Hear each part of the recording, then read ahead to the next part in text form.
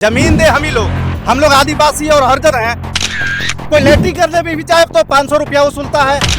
जानते दो दुकान सुबह सुबह के समय में हमारा तो पैसा ले लिया 500 रुपया। कि मेरा कुछ जॉब हो जाए तो और बेस्ट होता है। इसमें थोड़ा सा प्रशासन की भी लापरवाही है। आदरणीय उपायुक्त के नाम पर एक चिट्ठी बनी, उसमें हम लोग अनुशंसा करके मैं बाकायदे सैनर मोहर भी मार दिया हूँ। जय हिंद, मैं हूं प्रिंस शुक्ला और स्वागत है आपका क्राइम फ्री इंडिया न्यूज़ में। लगातार पलामू पुलिस के प्रशासन यानी कि प्रशासन व्यवस्था जो लचर होते जा रही है, ऐसे कई ऐसे मामले इससे पहले भी आए हैं। लगातार इस पे मुद्दा पे सवाल उठ रहा है, पलामू पुलिस पे सवाल उठ रहा है। और आज यहाँ पे यानी मेदिनी नगर के नज़दीक ये जो सड़क जा रहा है, ये नेशनल हाईवे पे है, ये गांव के जोड़ता है और यहाँ से जब जाएगा मेदिनी नगर शहर से ये बड़का गांव की ओर जाता है। आज यहाँ पे क्यों जाम लगा है, यहाँ बहुत सारे ग्रामीण है, वीडियो में देखिएगा। और क्या कुछ कह रहे थे इससे पहले जब मैंने बात किया, तमाम कई पुलिस पे आरोप लगा रहे थे। आइए क्या कुछ कह रहे थे आप पुलिस प्रशासन के बारे में, आज क्यों जाम है? अभी यहाँ पे तो जाम लगा हुआ है, एक्सीडेंट हुआ।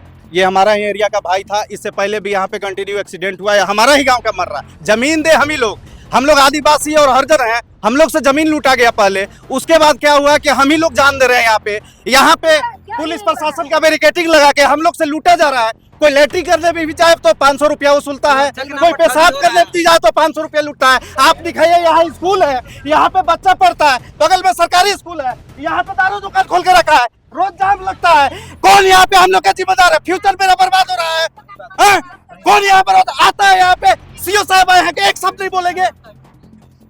बताइए, यहाँ आप फोकस दिखाइए सर। यह देखिए स्कूल है, यह देखिए स्कूल है, यहाँ सरकारी स्कूल है, क्या प्राइवेट है, यहाँ सरकारी स्कूल है, यहाँ दारू दुकान खोल के रखा है। आप शाम को आइएगा, आप मीडिया कवर कीजिएगा, आप यहाँ पूरा भीड़ लगता है, काफी संख्या में भीड़ लगता है। एक पुलिस प्रशासन का बैरिकेडिंग दे दिया है, बैरिकेडिंग देने के बाद यहाँ काफी जाम लग जाता है। एक यहाँ पे एनएचआई वाला बिना नक्शा का ऐसा यहाँ पे बनाया गया है कि ना इधर से जा पाती है गाड़ी, ना उधर से आ पाती है। आए दिन लगता है कि रोज दिन यहाँ पे मरेगा लोग, ठीक है, और मर रहा है। आप सामने लाशें उसको कवर किए होंगे, लोग मर रहा है, ठीक है। यहाँ से 2 लाश मेरा एरिया से निकल चुका है।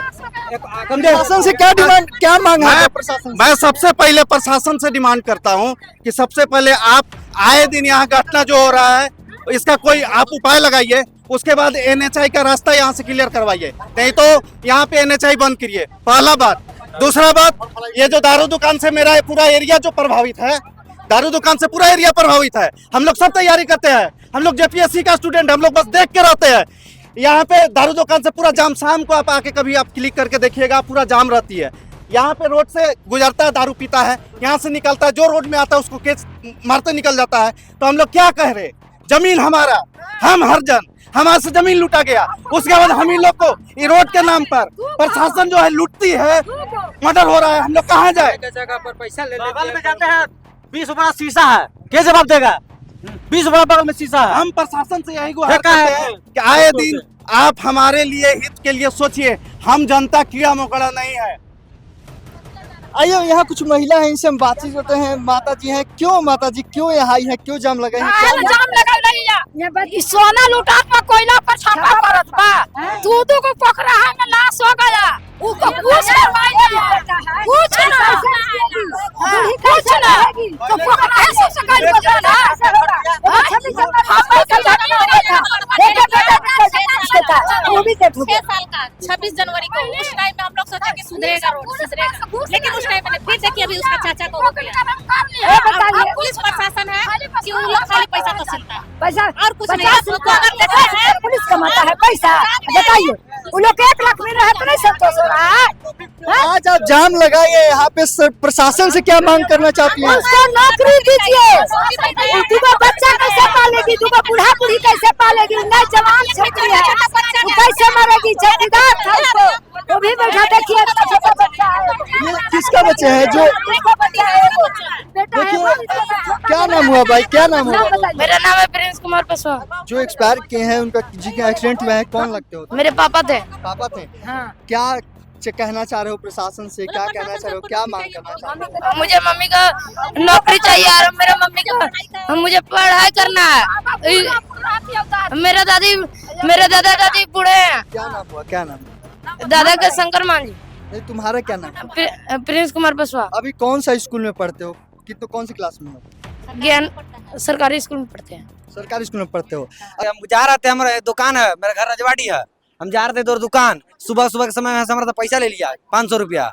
हम बोले मेरा नाम अभिषेक कुमार गुप्ता हुआ, 500 रुपया। ऐसे ही हेलमेट नहीं लगा, झूठ काला बोलेंगे, हेलमेट नहीं लगा, लेकिन मान लीजिए उसका हेलमेट नहीं लगाता तो आप कहूँ ना कीजिएगा, मैंने हमको समझाइएगा, या फिर लोकल आदमी ना, मान लीजिए हमको यहाँ से अगर ऑटो पिसवाने जाना, गेहूँ पिसवाने जाना है तो हमारा से हेलमेट लगाइए, नीमक लेने जाना तो हेलमेट लगाइए। कैसे नीमक लगाएगा हेलमेट? अकबकी में यहाँ उनका हॉस्पिटल, क्या नाम है उनका, अरे सामदे महतो का, उनका वहाँ अगर दवाई का सुई कराने जाना तो हेलमेट, इमरजेंसी में कैसे आदमी हेलमेट लगाएगा? अपने ठीक है, आप चालान न काटिए, तब वही बात है, आपका रूल है चालान काटने का कि पैसा लीजिएगा साइड से।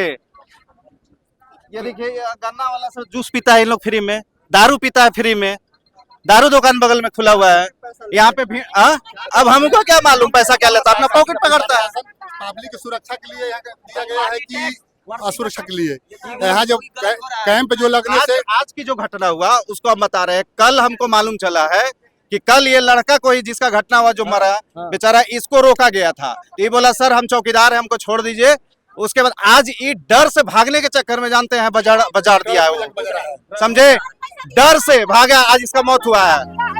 हम मांग कर रहे हैं कि मेरा छोटा छोटा 2 बच्चा है, बच्चा को पढ़ाने के लिए मुआवजा मिले। हम तो चाह रहे हैं कि मेरा कुछ जॉब हो जाए तो और बेस्ट हो जाएगा कि हम बच्चा लोग को अच्छा स्कूल में, हम अपने बारे में नहीं अब जब सोच रहे हैं। मेरा सास ससुर भी बूढ़ा बुढ़ी है, कमाने वाला मेरा घर में कोई नहीं है, एक ही बस्ते सहारा, अब वो तो चल ही गए। जब प्रशासन के सामने इस तरह से घटना घट रहा है तो और बगल में कितना घटेगा घटना, इसलिए हम डीसी को बुलाना चाह रहे थे कि हम डीसी से बात कर थोड़ा सा बोलते हैं या बात करते हैं। मेरा 2 है, छोटा छोटा बच्चा है, तो हम मैंने बच्चा छोटा छोटा इसकी वजह से अभी वो मेडिकल में गार्ड करते थे, वहीं पे जा रहे थे ड्यूटी 8 बजे, 8:10 पे मैंने जा रहे थे।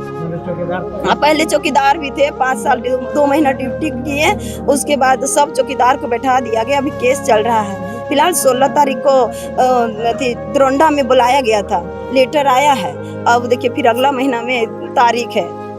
सीओ साहब आए थे, क्या बात हुआ सीओ साहब? सीओ साहब से तो बोले कि हम बच्चा लोग को भी लिखे हैं कि बच्चा लोग को हम 4-4 हजार रुपया दिवाएंगे और कुछ मुआवजा होगा वो दिवाएंगे। हम तो देखिए सीओ साहब तो डीसी, मैंने डीसी होते तो और बेटर रहता ना, इसलिए और हम क्या बोलें। देखिए तो बहुत बड़ी घटना हो चुकी है और बहुत पहले भी हो रहा था और ऐसा नहीं होना चाहिए, और इसमें थोड़ा सा प्रशासन की भी लापरवाही है। और जो हम लोग का मांग है कि बस दोनों बच्चे लोग को पढ़ाई लिखाई के लिए जो सीओ साहब अभी जो लिख के दिए हैं उसमें जल्द से जल्द कार्रवाई होना चाहिए। और उनका जो हस्बैंड राम रेखा जी थे जो मृतक हैं, तो पहले आते में चौकीदार में थे, तो उनका शायद अभी कोर्ट में केस चल रहा था, तो अगर उसका डिग्री हो जाता है तो हम चाहें कि मैंने जितना जल्दी हो सके उनको मिल जाए।